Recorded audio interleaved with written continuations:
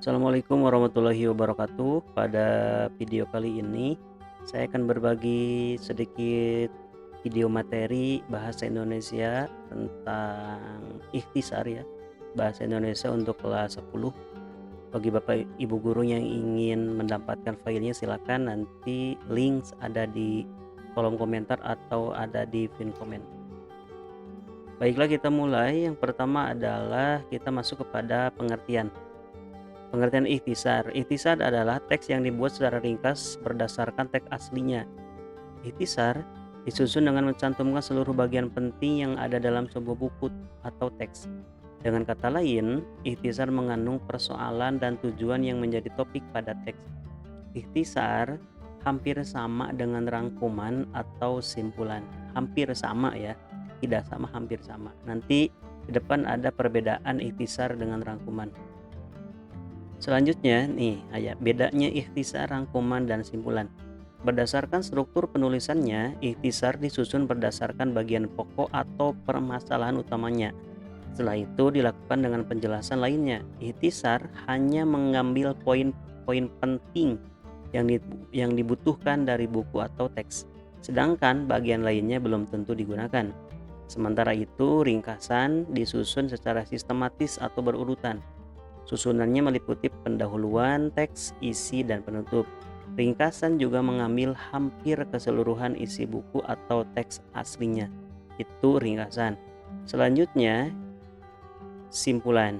Kalau simpulan atau kesimpulan adalah inti dari suatu bahasan. Simpulan memberikan semua informasi yang diperlukan oleh pembaca secara singkat. Simpulan bertujuan untuk memaparkan hasil akhir dari suatu analisis. Kita masuk ke pembahasan selanjutnya, yaitu tujuan ikhtisar. Tujuan ikhtisar yang pertama adalah memberikan gambaran inti dari sebuah teks yang sedang atau akan dibaca. Yang kedua, untuk membantu para pembaca agar lebih mudah memahami dan mendapatkan gagasan dari teks panjang yang tengah dibahas. Yang ketiga, tujuan ikhtisar yaitu untuk meningkatkan keinginan seseorang untuk membaca buku.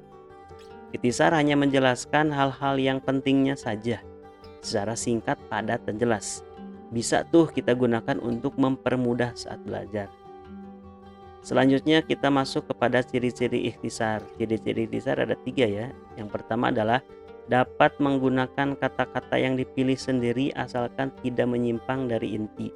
Yang kedua, teks disusun dengan tujuan untuk mengambil inti dari sebuah teks yang lebih panjang. Yang ketiga, ciri-cirinya tidak harus memperhatikan urutan gagasan yang sama persis dengan teks aslinya, tetapi mengedepankan prioritas pentingnya informasi. Itulah 3 ciri-ciri ikhtisar. Selanjutnya kita masuk kepada kebahasan ikhtisar. Kebahasan ikhtisar itu hanya 2 ya Bapak Ibu ya. Yang pertama adalah menggunakan kalimat majemuk. Kalimat majemuk adalah susunan kalimat yang memiliki 2 pola atau lebih. Kalimat majemuk juga bisa disebut sebagai gabungan dari beberapa kalimat tunggal. Contoh kalimat majemuk seperti ini. Ibu memasak di dapur ketika Adi masih tertidur. Nah, itu kebahasan yang pertama. Yang kedua, kebahasan ikhtisar yaitu menggunakan kalimat efektif. Kalimat efektif adalah kalimat yang disusun dengan jelas dan ringkas agar mudah dipahami. Nah, contoh kalimat efektif, para mahasiswa diharapkan mendaftarkan diri di sekretariat. Itulah 2 kebahasaan ikhtisar. Poin terakhir yaitu cara menyusun ikhtisar. Cara menyusun ikhtisar ada 5 ya. Yang pertama, menetapkan tujuan membaca. Yang kedua, membaca dengan cermat. Yang ketiga, mencatat gagasan utama. Yang keempat, menyusun kerangka tulisan. Dan nomor 5 adalah memeriksa tulisan asli. Demikian, hatur nuhun. Assalamualaikum warahmatullahi wabarakatuh.